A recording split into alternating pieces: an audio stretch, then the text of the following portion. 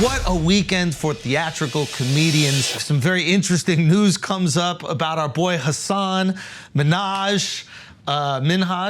Minhaj, I think, yeah. How do we even know? How do we even know that that's how he pronounces the name? I think we get to decide what the truth is. I think that his name is 70% emotionally true, and then, but the Arnold Palmer that is his last name,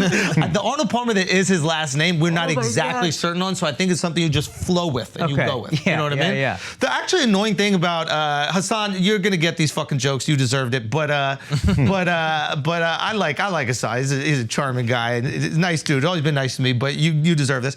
But the crazy thing about the whole situation with him, lying in his specials, or about the stories in his specials, is that like, if you know his real life, he has these insane things that have happened to him, like completely separate. Like, when he came to America, it was on a boat with a tiger.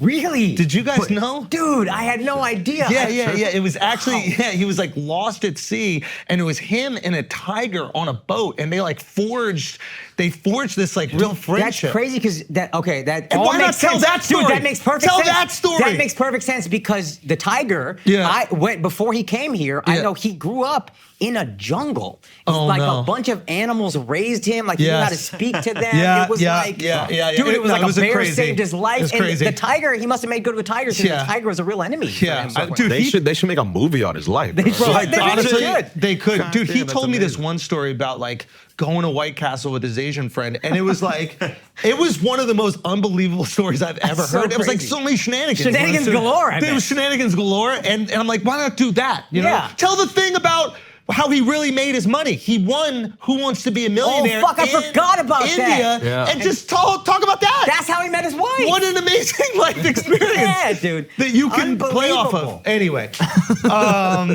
so many things out there. But listen, tons of material for him to still mine. For all of you that are confused right now, news has come out. There's a New Yorker article that Hassan Minhaj may have been fabricating some things in his Netflix specials. Wait, but Andrew. Yes. Comedians make up stories all the time. That's true. Now, usually we do it to make things funnier.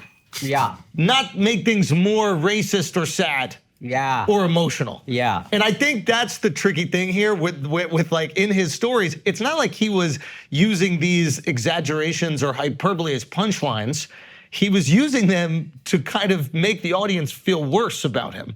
And then it turns out these things didn't actually happen. Yeah, he made life worse for other people in real life. Oh, wait, how is that? Have you know the Prom story, right? What's the Prom story? Prom story, the Homecoming King is based on this story that he was supposed to go to prom with a white girl, got to the door, she's putting a corsage on a white guy. Oh, because her parents didn't like the fact that Hasan was Indian. And that's terrible story. Yeah. Lady responds. I know that pain. And so, lady responds and is like, not only is this not true, he asked me days before the prom, I just said no, and not only are my parents not racist, I'm married to an Indian. But here's the thing, and this is this is the problem when you lie in your specials, is that girl had to marry an Indian. So that people wouldn't think she was racist. Just to save face, dude. Yeah, just to save face. So in a way, Hassan actually helped Indians. Yeah. He did. Yeah. He might be a hero. The ultimate He's a wingman, patriot. dude. No, for real. I would say got to marry an Indian. Yeah, you would say got to. You would say got to. Right. Right. But the rest of us would be like, oh, how many years do you got to put in on this? Bro, they should do that for Indian Because that's the first thing she says. She's like, I'm not racist, I married an Indian. She had to fucking do it because he bullied her into it. But I do like this idea that if a girl rejects me, she's racist. Because there's a lot of racist brown girls that I didn't know were racist. I see this girl, because he's handsome. Hassan is handsome. Right? He is a handsome man. Great fucking hair.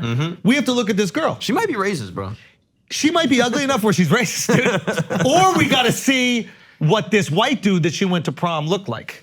Ooh. I think we need to do a little research. Ooh. I think we need to do a little research. I think we might have to defend Hassan. He might be right about that one. She might have been racist. Okay, got it.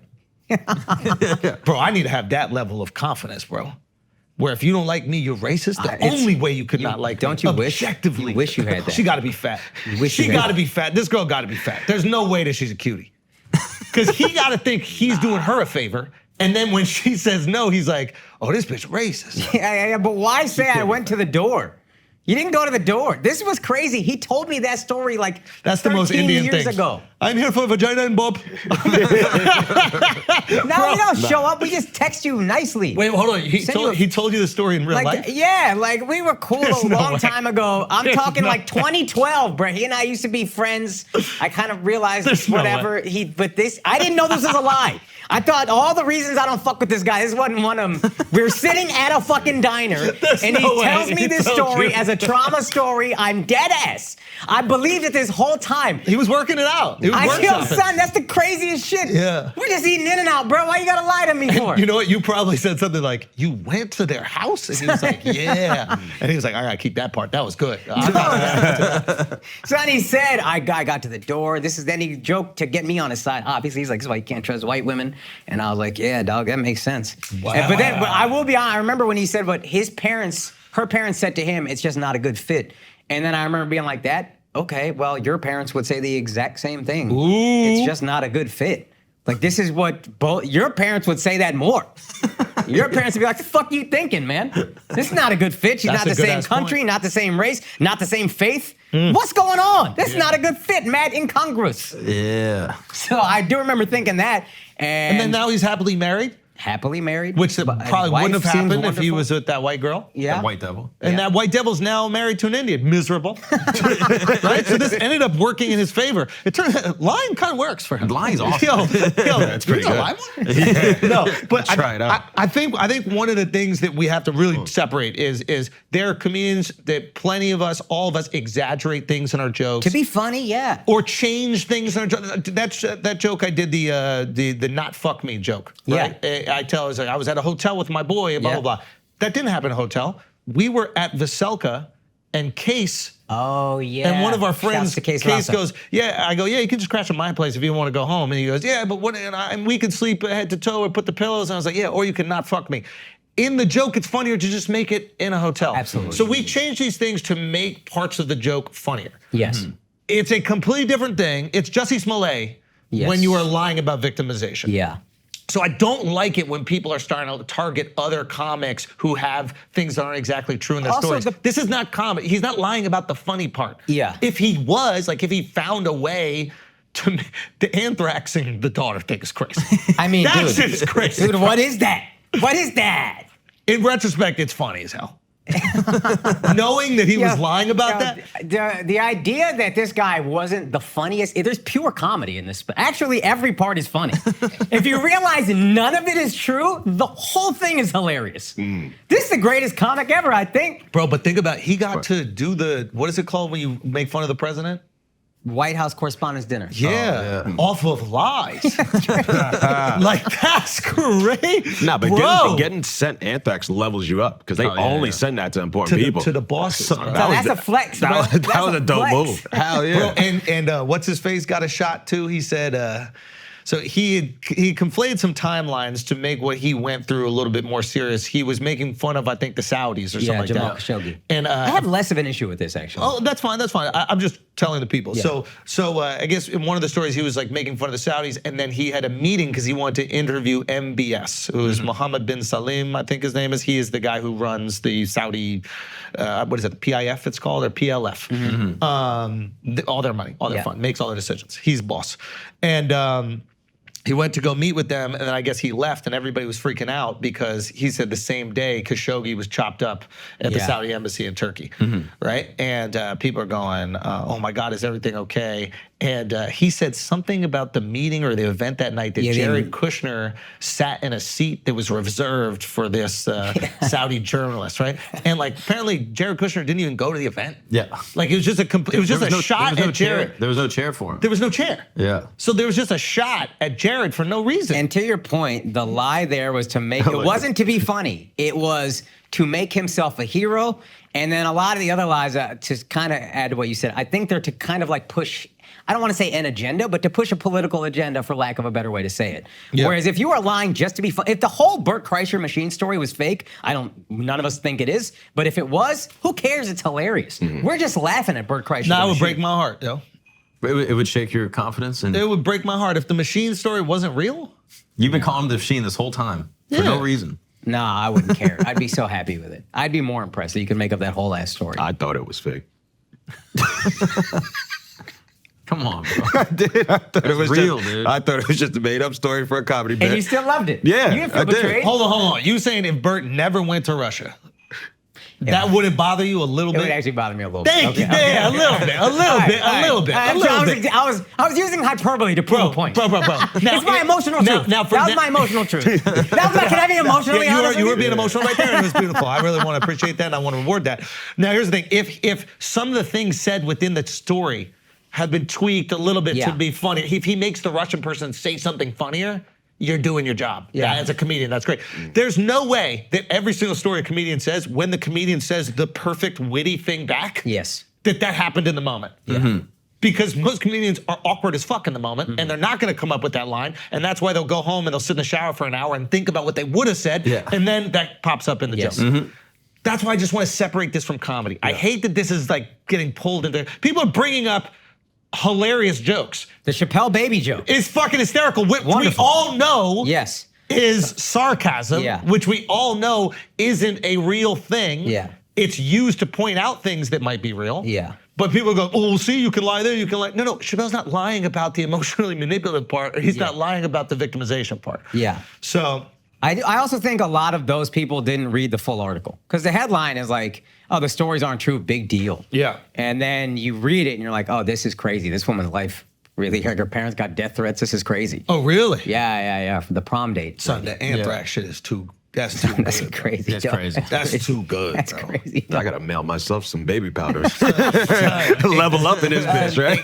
The anthrax got on his daughter, and he had to take her to the hospital.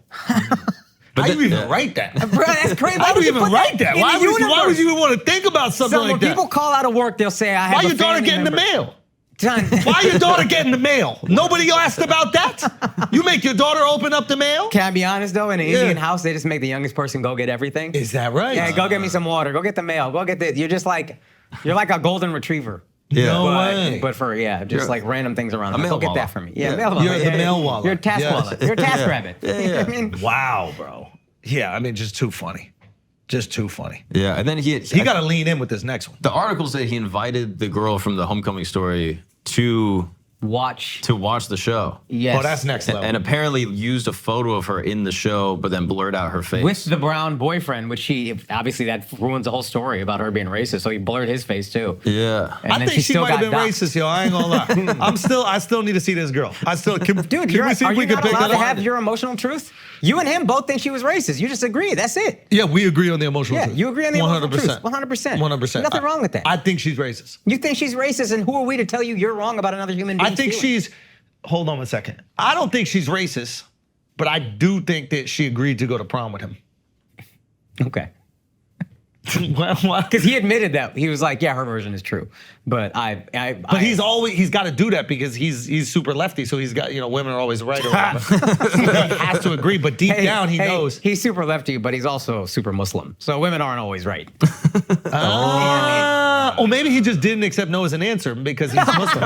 Maybe that was it. Maybe there's That's not true either. That's because he's Indian. Oh, there you go. So listen, it's a cultural thing. Like she was like no, and he was like yes. He was like, let me talk to your parents. Yeah, They'll arrange this. Yeah. You don't They'll get to make figure it these out. decisions. Yeah. Matter of fact, if he did go talk to the parents, and then he maybe would have respected it. They're like, no, it isn't a fit. Our star signs don't align. That's it, dude. Yeah. Yeah, we gotta Why look do you at- get offended by that? We That's got to look we at all what is say. it called? The math, the Columbine. What does the Indian woman do? Kundali, yeah, the star chart. The star chart. Yeah. Oh, I thought you were Gotta make talking about sure- when that Indian girl was doing multiplication. You see that video? No, but I You bet didn't she see was this? multiplying the oh fuck my out God, of it. I'll pull it up. But it's literally this Indian girl is doing math, and they just ask her numbers, and there's like 55 plus 72 plus 105, and she's just doing abacus in her head. You haven't seen this video? Bro, it's on. I'm talking about the Indian dating show where Yeah, Shorty no. asked. Indian matchmaking. I thought you were talking about the girl doing math, bro. Fuck. Nah, bro. But you don't even need to pick it up. Love watching retards. I know, bro. I'm excited to bring this up. No one cares. Okay, now so here's the I question. would like to know what Shorty looks like, but I guess her picture's not out Nah, there. I can't find it. Yeah. Because to turn down Hassan, I will say though, he's Handsome a cheesy, he's a guy. handsome guy. Here, let me tell you something about Charismatic. No offense, Let no me tell offense. you I something know about- you want to be the hottest Indian, but I don't- you know, Buddy, I'm 40 and married. Who gives a fuck? I mean, how much did you pay that New Yorker writer to do this? That's what I'm. How much you pay that motherfucker? Hey, This was my special. I told you I was gonna be fired. I told you I was gonna be fired. Right. Akaash just filmed a special that's mostly true. Bro, Hassan is out of here. It's emotionally true. Those are the two specials. Bring back Apu, get rid of Hassan. That's what he's got to call And him. Netflix budget is wide open. Wide open, dog. Y'all gotta fill it.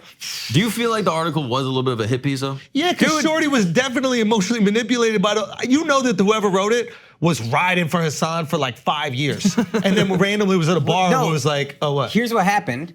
It better be exactly what happened for you to cut off my little fun rant.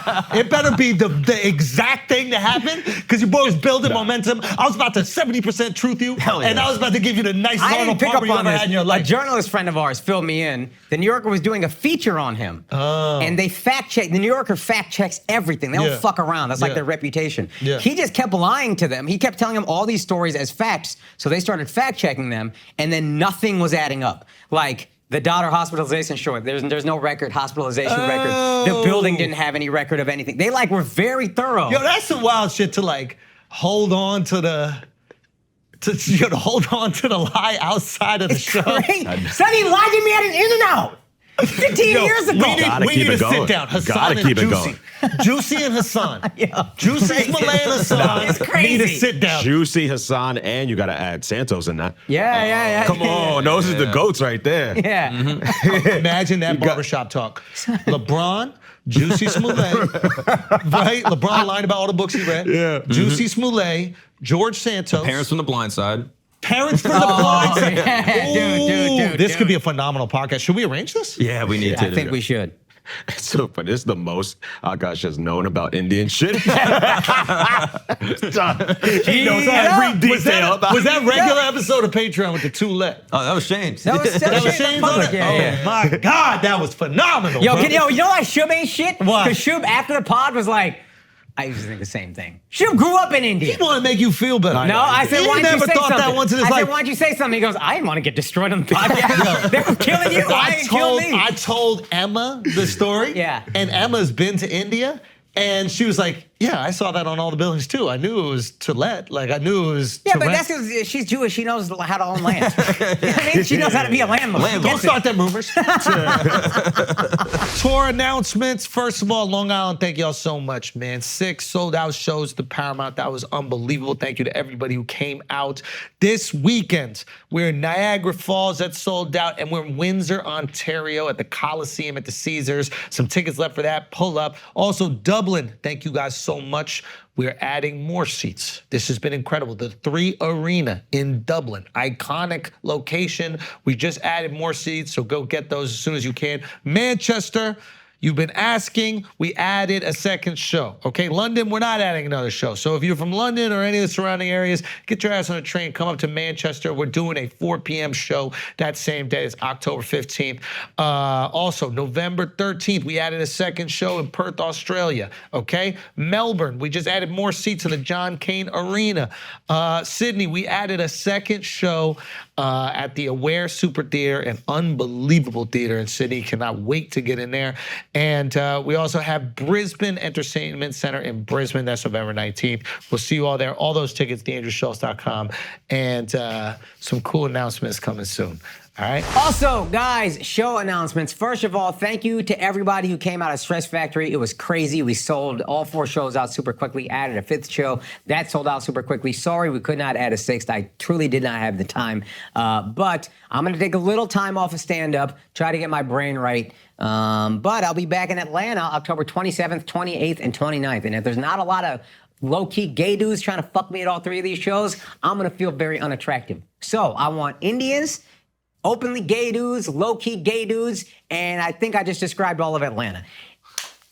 Women, too. Women. I forgot half the population. Anyway, after Atlanta, next show on the docket is December 1st and 2nd in Portland, Oregon, and then December 8th in New Orleans, Louisiana. And I have a big announcement coming for y'all next week.